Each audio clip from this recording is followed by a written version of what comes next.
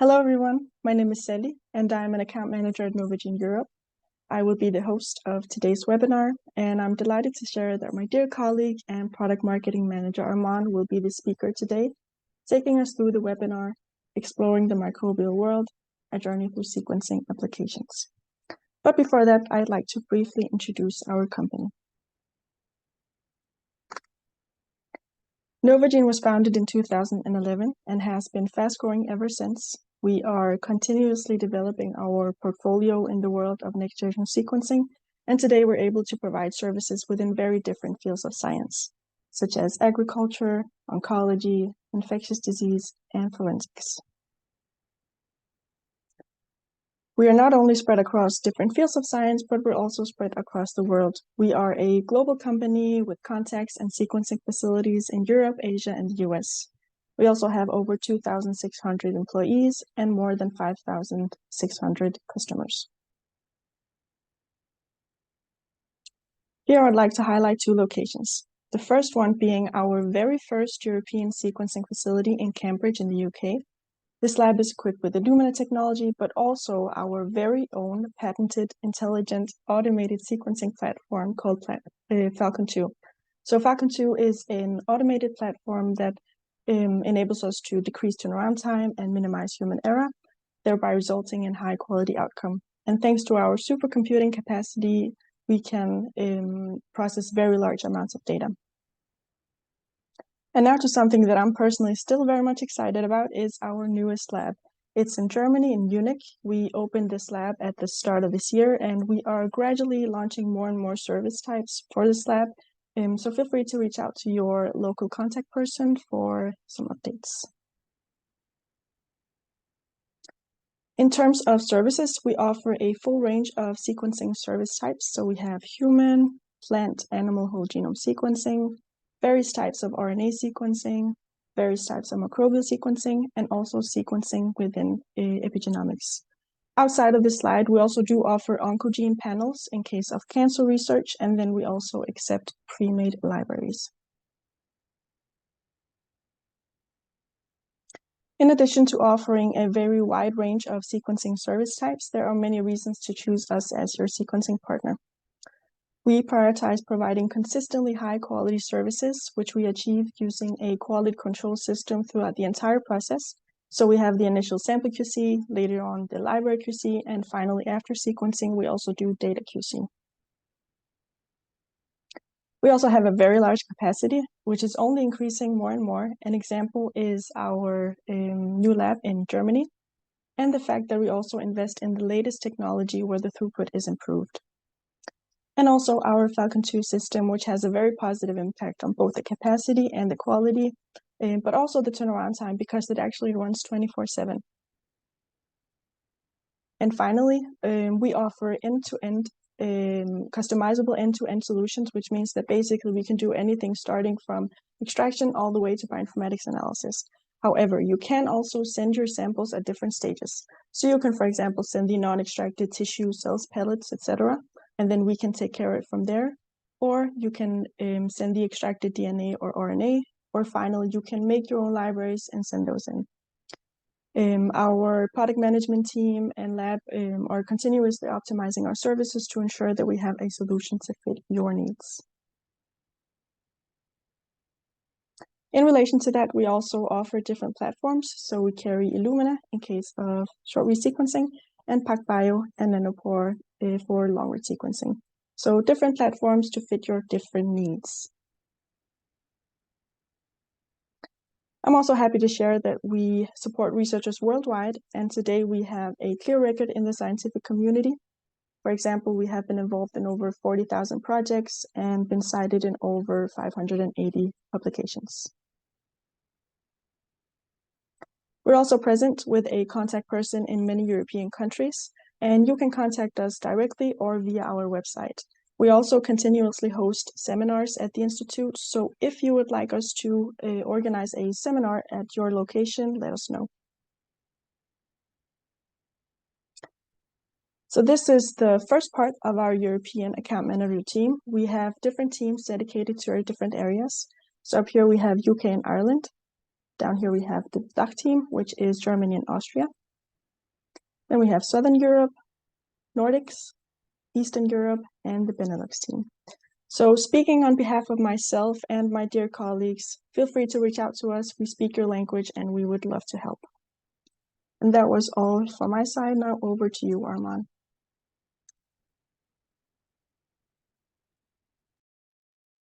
Thank you so much for the introduction, Sally. I'll share my screen.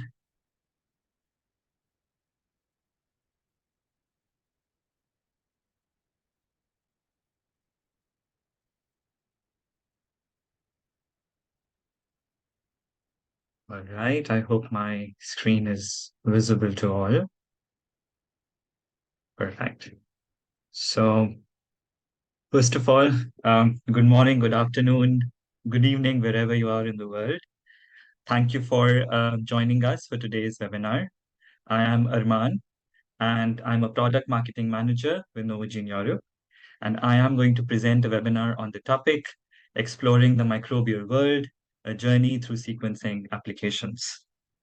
So we have a diverse set of audience today. So I'd start with a short introduction, introducing you to some basic terms. This will be followed by a discussion on microbial DNA sequencing, whether you're interested in a single species or a microbial community. This is going to be followed by a discussion on microbial RNA sequencing, followed by a short summary. So let's begin. So what are microbes? So microbes are tiny living organisms that are too small to be seen with the naked eye. So they include a diverse range of organisms, such as the bacteria, archaea, viruses, fungi, protozoans, and also some algae. And these microbes are found virtually everywhere on Earth and even on space.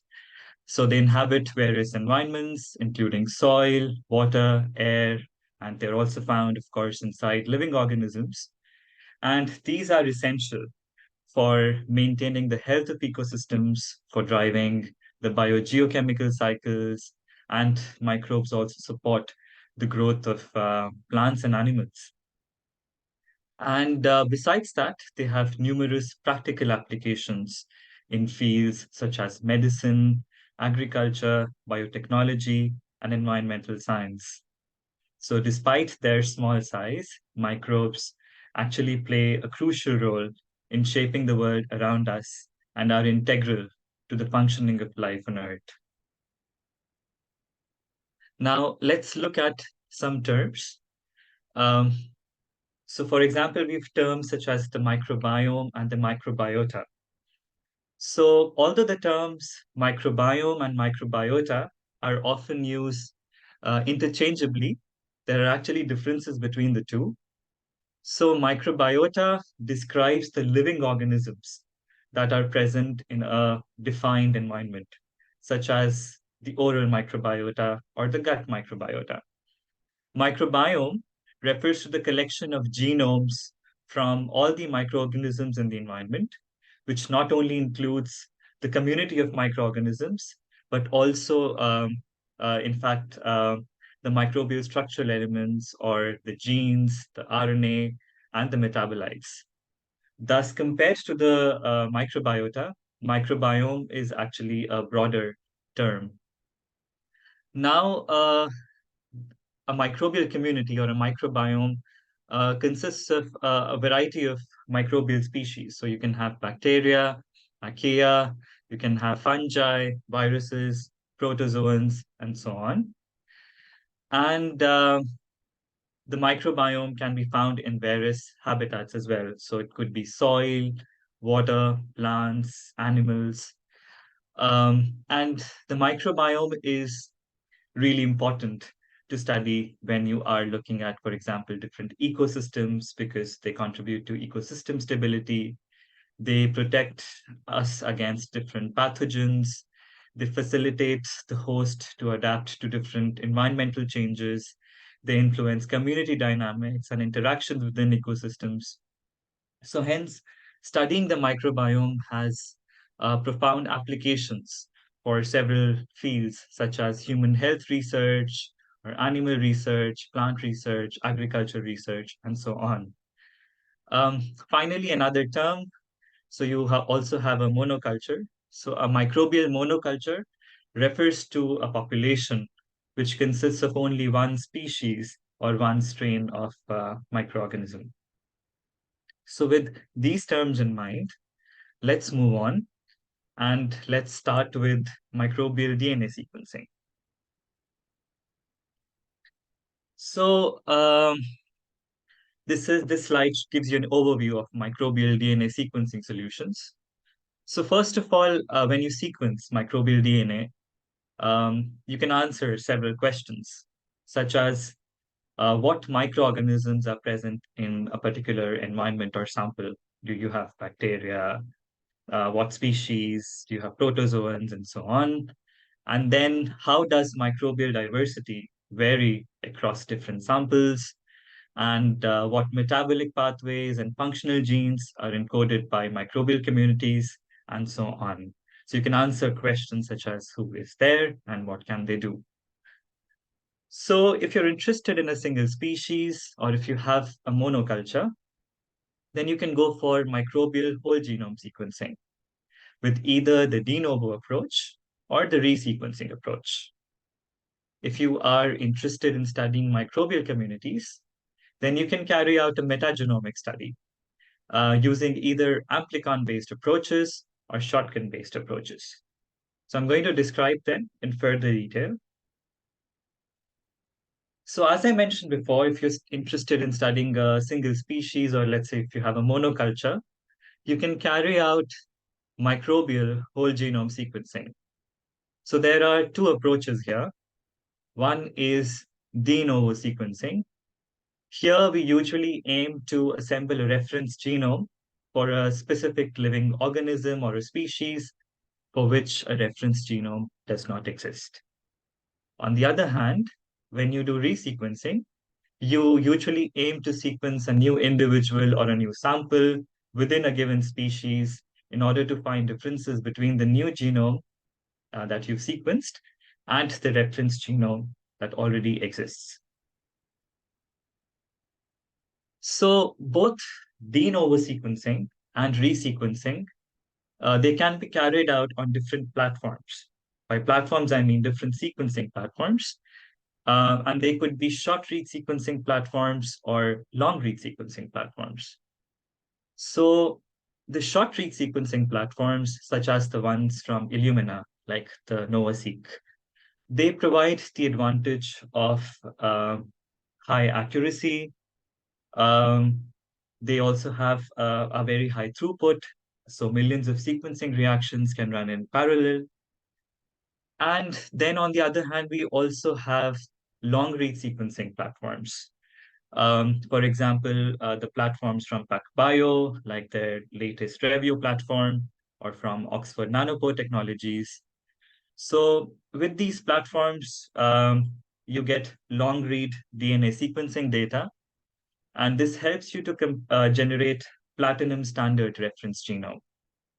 Also, with long read sequencing, you get comprehensive detection of all variants in the genome, and you can also directly detect some epigenetic modifications. If you want more details of the de novo approach or resequencing approach, or if you want to get into the basics of these short read and long read technologies, then you can also actually look at some of our previous webinars on DNA sequencing. And I'm sure that we'll be coming up with more webinars describing these in greater detail. So now let's move on to microbial community research. And let me introduce you to metagenomics.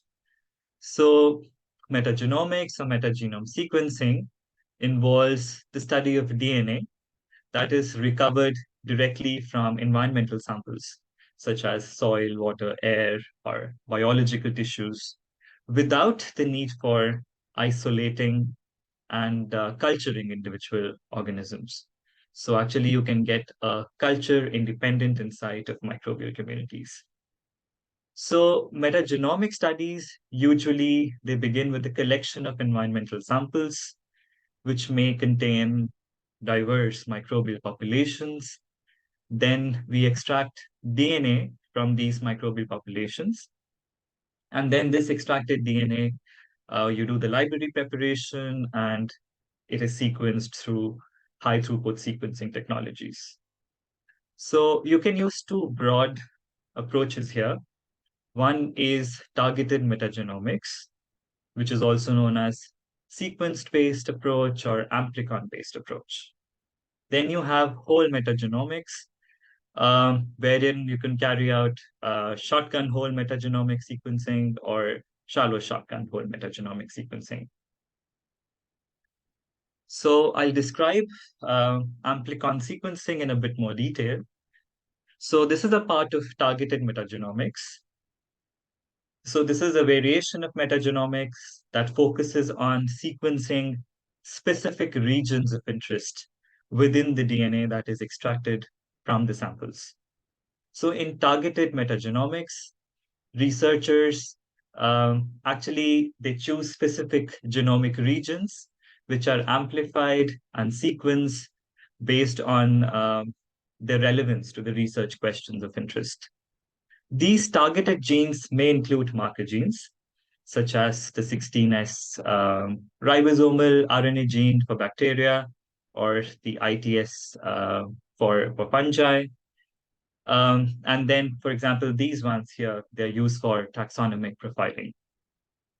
So targeted metagenomics actually typically involves the design of specific primers that anneal to the desired target regions. And so you can actually also check Novogene's website to get some more information on the primers that we are using in our company. Then overall, targeted metagenomics, it offers a very focused and a cost-effective approach for studying specific aspects of microbial communities.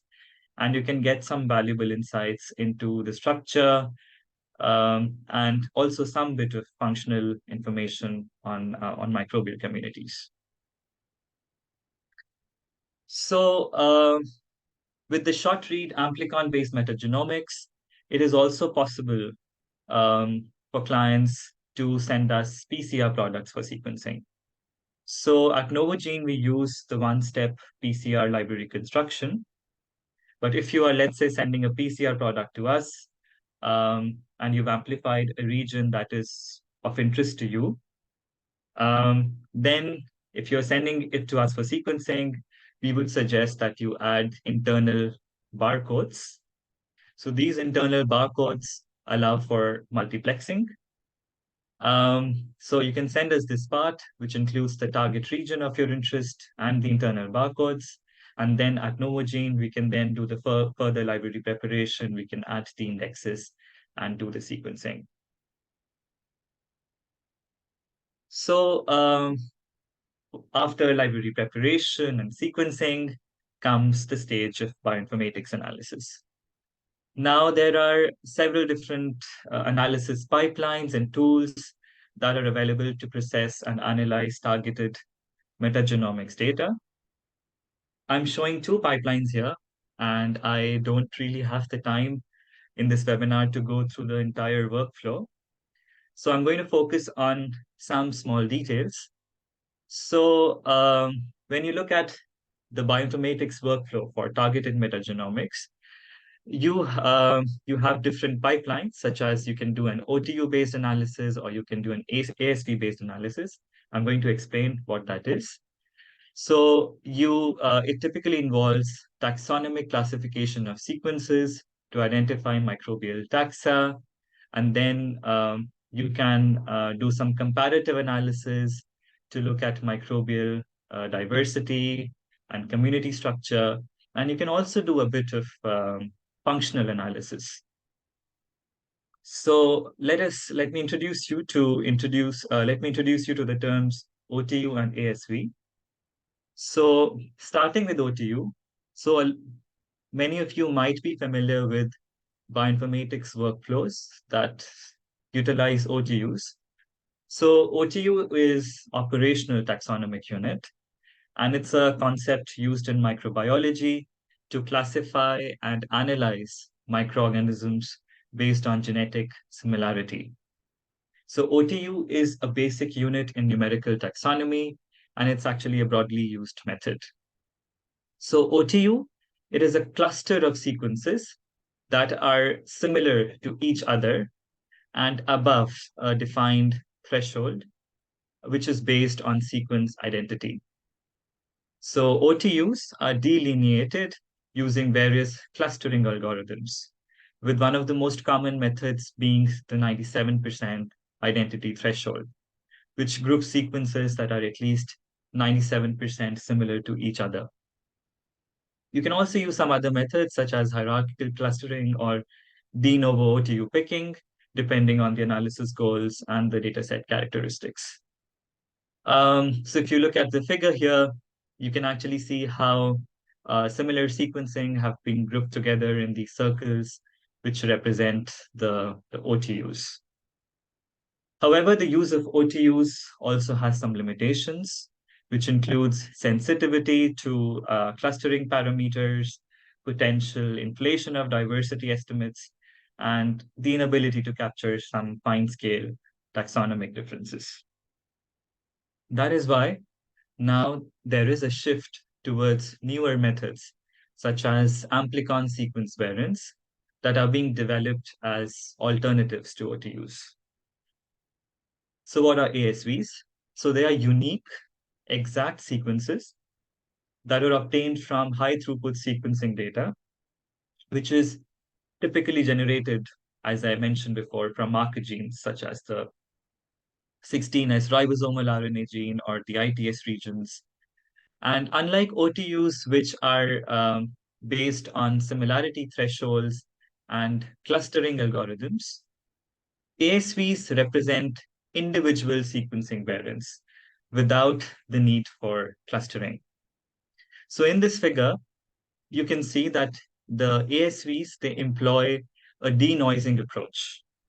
So noise is random, while true biological sequences are more likely to be observed many times. So using this approach, you can actually get a better picture that is closer to the actual reality. So overall, amplicon sequencing variants, they represent a powerful and increasingly popular approach to microbial community analysis. They provide higher taxonomic resolution, there is improved accuracy, and there is greater biological insight compared to the traditional OTU-based methods. So let us compare OTUs and ASVs side by side. So as I mentioned, OTUs, they cluster groups based on percentage similarity, while ASVs attempt to identify the original biological sequences by taking error into account. So ASVs, they are defined based on exact sequence identity, meaning that each ASV represents a distinct genetic variant present in the dataset. So this approach allows higher taxonomic resolution, more precise identification of microbial taxa compared to the OTUs, which usually group sequences based on consensus or based on similarity. Now, because ASVs are defined at the level of individual sequence variants, they are slightly less prone to issues of clustering errors or sequence artifacts and the arbitrary choice of similarity thresholds.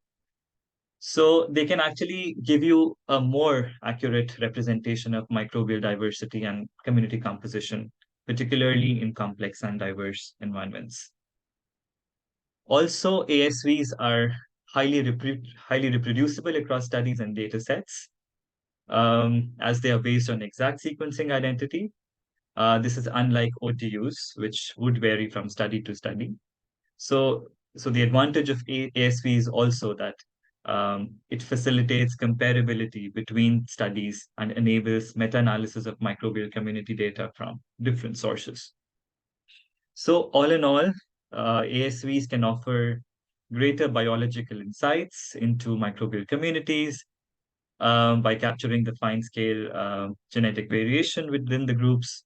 And also, ASVs will allow researchers to distinguish between closely related microbial taxa, and you can identify ecologically relevant differences in community structure and function, if that is your interest. So you can do analysis based on the OTUs and the ASVs, and what the aim is by doing so is to do taxonomic profiling. So you can visualize the taxonomic data using different methods. So the first, for example, is a bar chart. Here, the x-axis, it shows the samples, while the y-axis shows the abundance of the taxa. Another visualization method is to use a Venn diagram. Here, the overlaps show the number of common ASVs between the groups, and the parts without the overlap, they show the unique ASVs in the group or in the sample. So after taxonomic analysis, the other aspect to look for is diversity. So there are different indices for measuring diversity. So let's start with alpha diversity. So this is a measure of biodiversity that describes diversity within a particular habitat or a particular ecosystem or a particular sample. It quantifies the richness, that is the number of species, different species or taxa, and also the evenness, which means the distribution or abundance among those species of organisms within a single community or sample. So this is illustrated in the diagram here, where this represents a very diverse sample. You have a number of these shapes which represent different species, and this is not a diverse sample because it has only one kind of organisms. So you have various kinds of indices or indexes available. For example, the Shannon index or the Simpsons index. So again, you can visualize alpha diversity using different kinds of graphs. One is the alpha diversity rarefaction curves. Here, the vertical axis shows the species richness or the alpha diversity, and the horizontal axis shows the sequencing depth. So what this figure essentially shows us is that after a certain sequencing depth, there is a plateau in the curve, which means that increasing the sequencing further or increasing the sequencing depth further is not going to increase the species richness that you've identified. In other words, this means that you've sequenced enough amount of data. So the other figure here, it shows box plots for different alpha diversity indices. Now let's come to another term, that is beta diversity. So beta diversity measures the similarity or dissimilarity in microbial taxa composition between pairs of samples or habitats. So here, essentially, you have more number of samples or habitats or groups in the picture. So it considers how unique or distinct the microbial communities are between different environmental conditions, such as soil types, water bodies, or host-associated microbiomes. So the figure here, it illustrates two situations, one in which the samples are very similar, and the other one where they're not. So similar to other biodiversity metrics, beta diversity in microbial communities can be quantified using various indices, such as the Jacquard index or unifrac distance. So these metrics, they capture differences in microbial taxa, or in the sense of presence or absence or abundance across samples. And you actually have two broad kinds of methods, the weighted and unweighted methods. So the unweighted beta diversity, it considers only the presence or absence of taxa. Example, the species or OTUs across samples.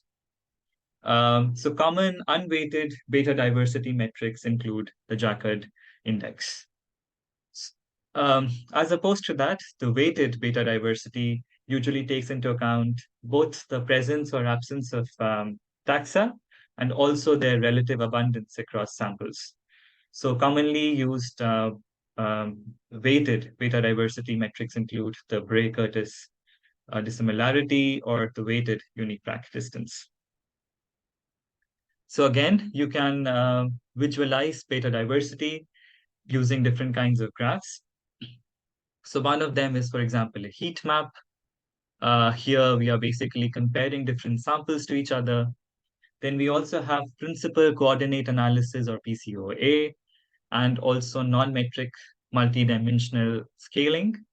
So in these graphs, the samples that are similar to each other cluster together. For example, you can see here the blue ones clustering together. So after we've looked at diversity, we would also like to do a bit of functional analysis of the microbial community.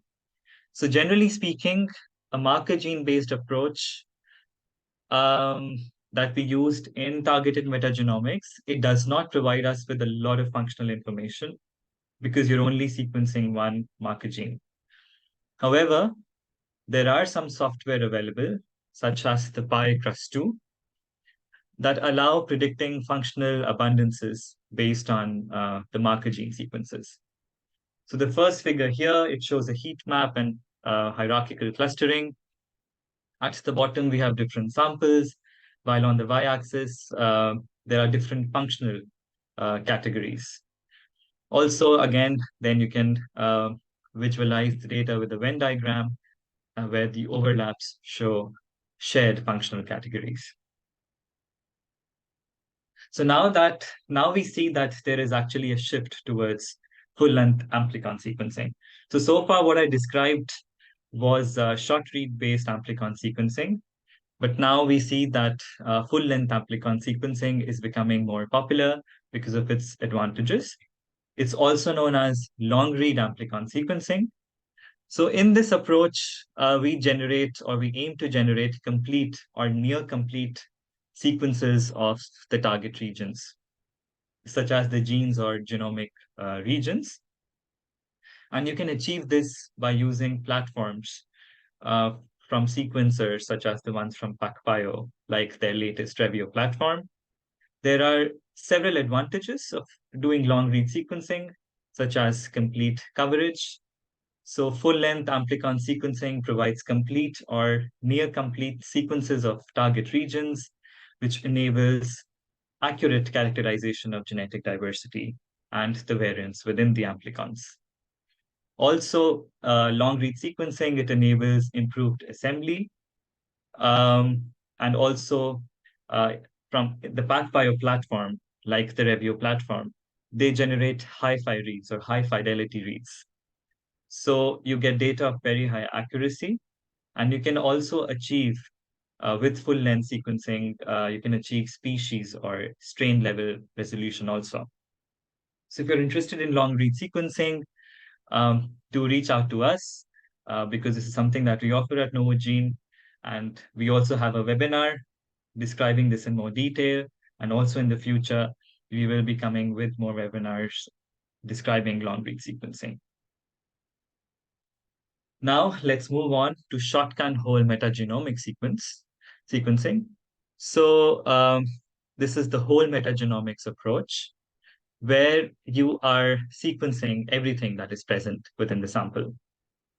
So you analyze the genetic material of all the microorganisms that are present in a complex mixture, such as a microbial community. So this technique, the advantage is that it provides an unbiased and comprehensive view of the entire metagenome. Its popularity has been steadily increasing over the years, as we can also see from the publications, and it has many useful applications, such as in studying community composition and functional characterization and so on. So I won't go into the details of the pipeline. So essentially in metagenomics, we use an assembly-based analysis approach. So you get your data, you do the data quality control, and after that, we carry out the metagenome assembly. Here we stitch sequencing reads together so as to obtain longer stretches of continuous sequences of the genomes of the organisms that are present in a given microbiome. And after that, we carry out gene prediction, which predicts the intron-less protein coding genes, protein coding regions in novel metagenomic sequences. This is then followed by taxonomic annotation and functional annotation. So first, let's again look at data visualization here. So first thing you can look at is the correlation analysis of samples. So this will allow you to see the reproducibility and reliability of your experiments. Here, samples that are more similar to each other are more blue in shade, while the dissimilar ones are more reddish. You can also look at pan-genome rarefaction curves, which are very similar to the alpha diversity rarefaction curves that I described before. Here on the y-axis, you have the number of non-redundant genes identified, and on the x-axis, you have the number of samples.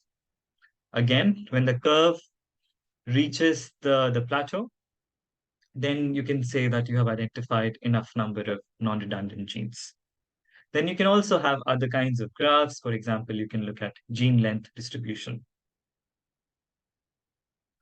So again, here we do the taxonomy annotation in the bioinformatics pipeline.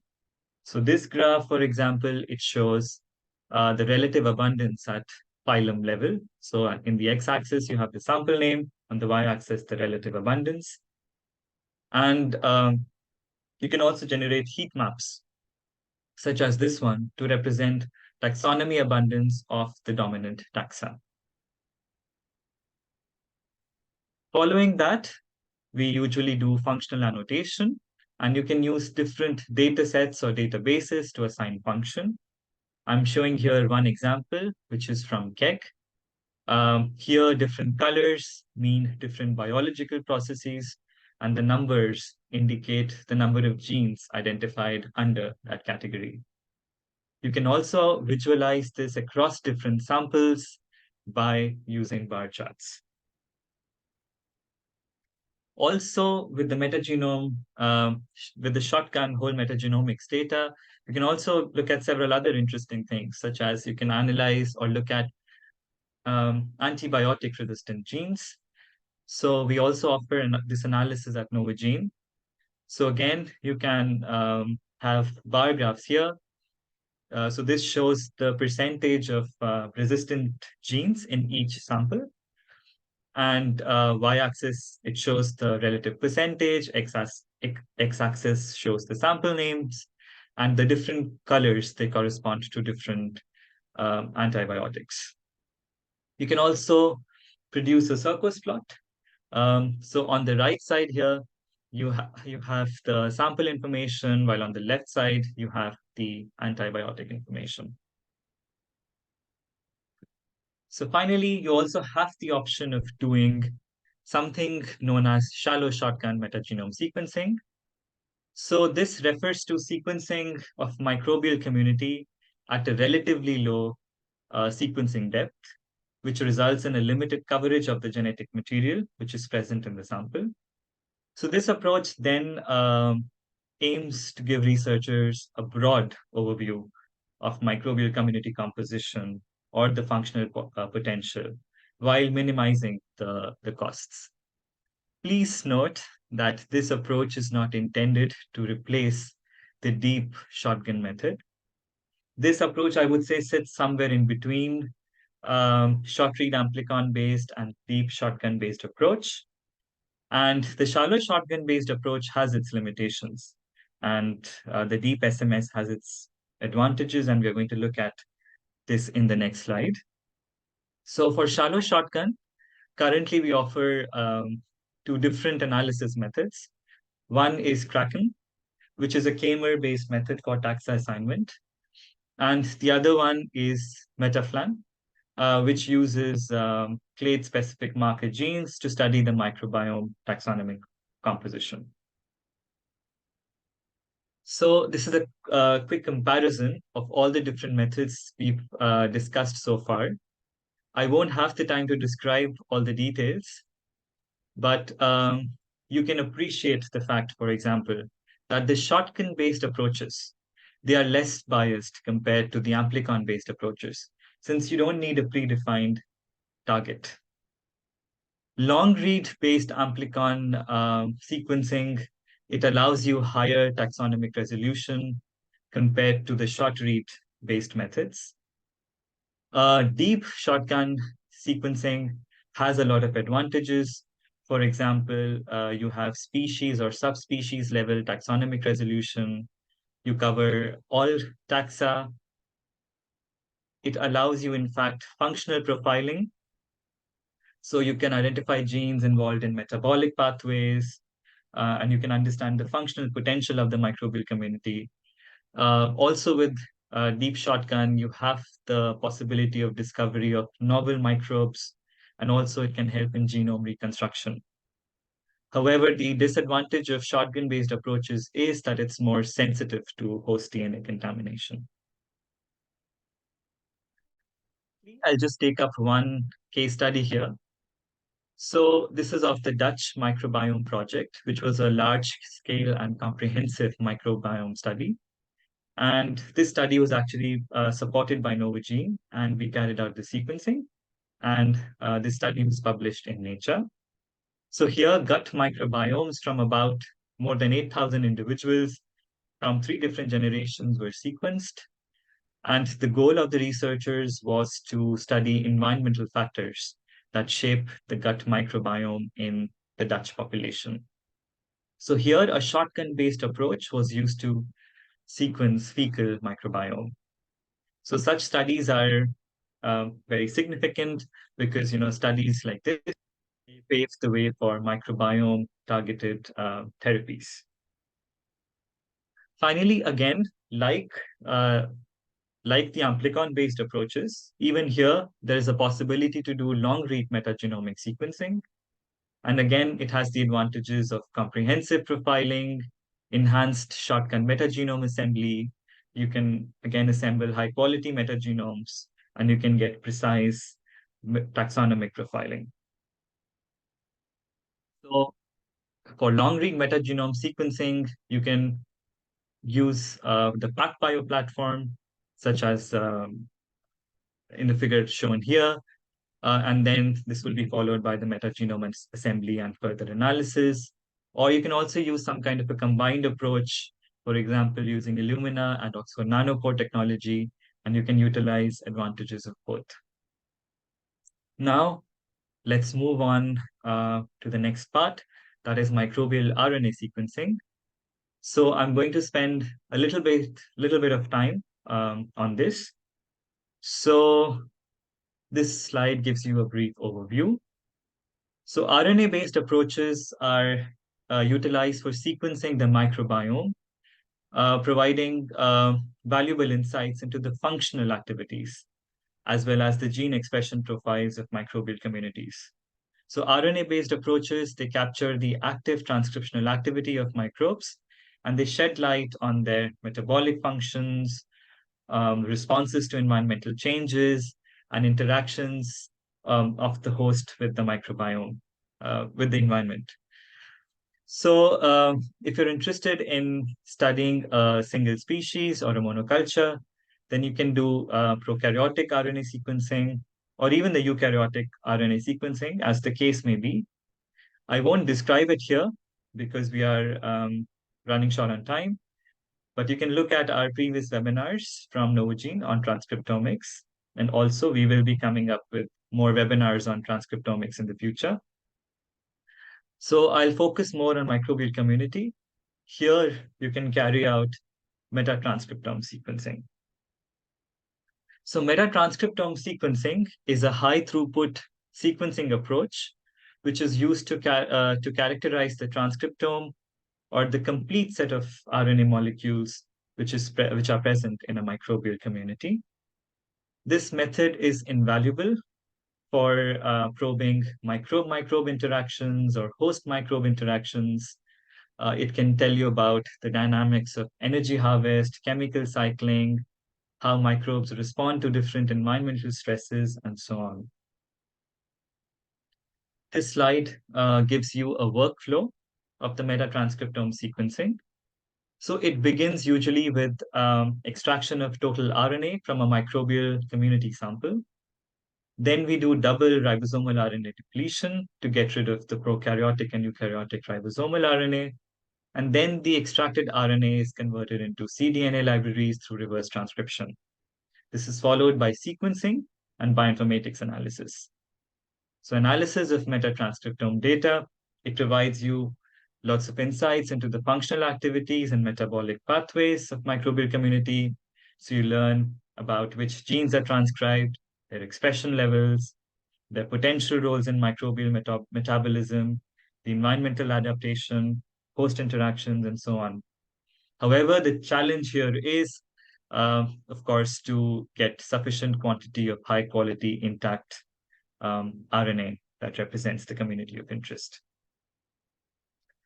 Another method that we can use is dual RNA sequencing. So as the name suggests, it is used when you have, let's say, two species. So you can capture the gene expression profiles of, let's say, a host organism and an associated microbe, which could be a pathogen simultaneously.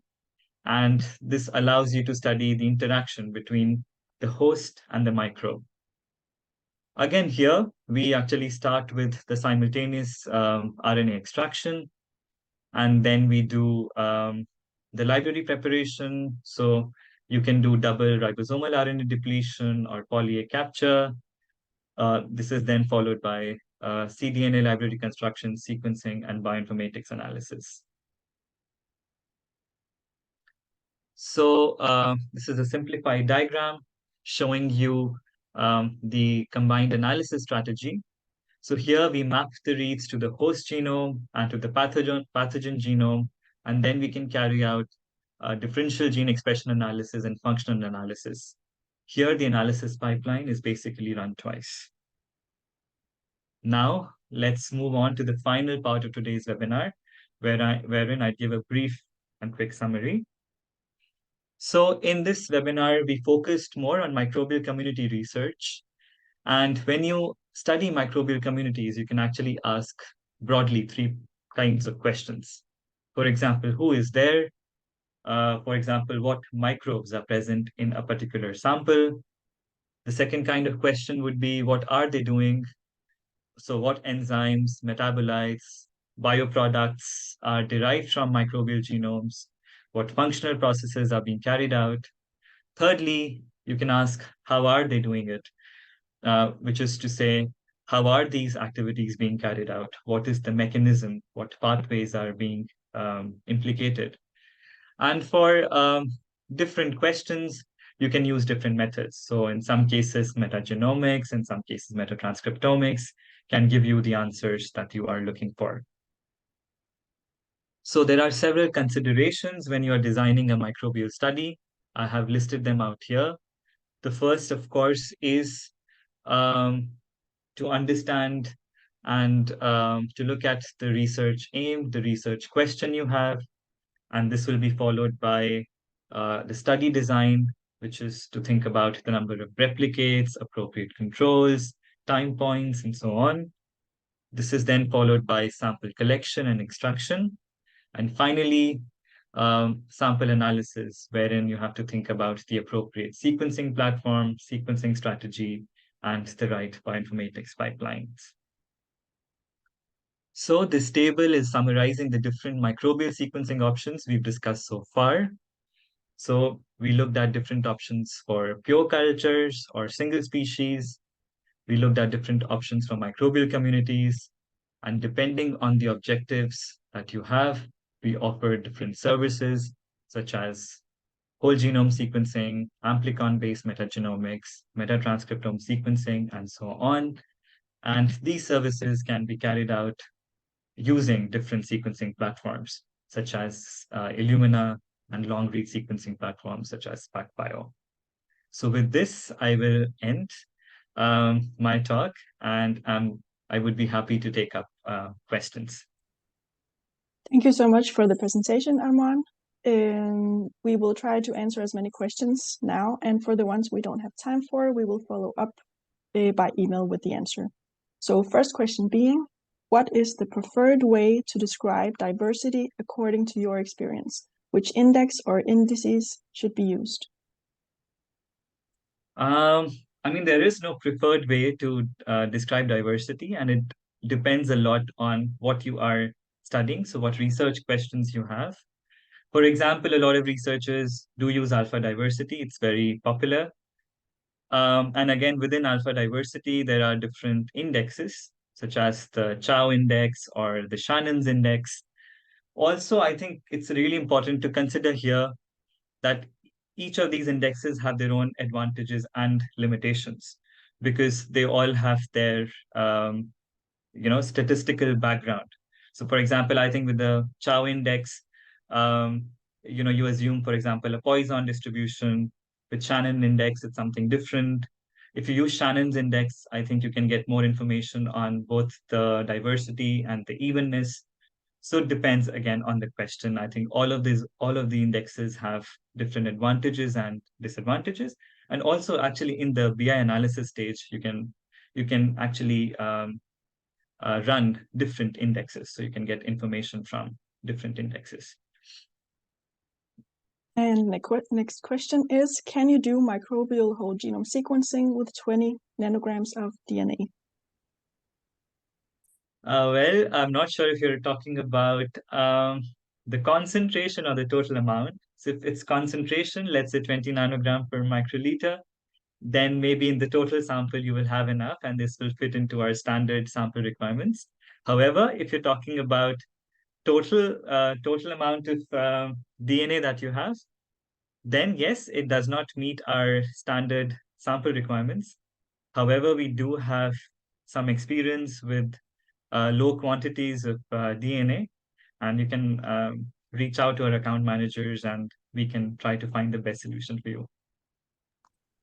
And next question, can you do 16S rRNA amplicon sequencing with nanopore? Technically, yes, you could do so. However, I would recommend going for PacBio platforms such as Revio, because the advantage with PacBio is that you can get high fidelity reads. So you're not just sequencing the entire gene or the region of interest, but also there is high accuracy, which is really needed for amplicon-based metagenomics if you want to achieve a good taxonomic resolution. So PacBio with its higher accuracy would be actually the better method here. And now for the final question. When prepping for shotgun metagenomic sequencing, can you mix in viral DNA with bacterial DNA? Yes, you can. So in the sample, you will actually have many different kinds of microbes. So you will have bacteria, archaea, viruses, protozoans, and so on. So the samples that we take in for metagenomics, by metagenomics I mean the shotgun-based approaches, they have diverse set of microbes. So viruses are no problem. However, um, the thing to note here is if the virus that you're studying, if it's not present in high amounts, or if it's not represented in as much as other taxa, then what you will have to do is that you will have to increase the sequencing depth to capture it. So that's something to keep in mind. But otherwise, you can definitely have that in the final data. Perfect. That was the last question. Thank you so much, Arman.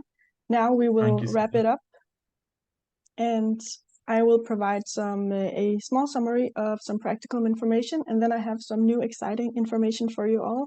So, and then we will say our goodbyes. So first thing is that thank you all for attending the webinar today. We hope you enjoyed it and found it useful. Thank you for all your questions. As mentioned, we will follow up with the answers to the ones that we didn't have time to answer today. And we will email you all with a link with the webinar recording and the slide deck, and you can expect to receive this tomorrow. When the webinar finishes, there will pop up a survey, and we would really appreciate it if you could take your time to answer the survey, because it helps us ensure that future webinars are even more relevant for you and your research goals. And as a token of our appreciation, we will provide all the attendees 15% off your next project. We will send you a discount code by email, which you can use to apply for this discount. And there will also be a link in the follow-up email where you can view a certificate of attendance if you need it. This can be downloaded directly from the browser. And also, as you can see on the slide, actually starting from today, we have a new promotion. It's a time-limited offer for mRNA sequencing, which you can contact us for more information and details. And also next month, we will be back with another webinar. This time around, it's about spatial transcriptomics. In the meantime, you can follow us on Twitter and LinkedIn to keep up to date with the future offers, webinars, and news. So that was it from us. Thank you all for your time today, and have a great day.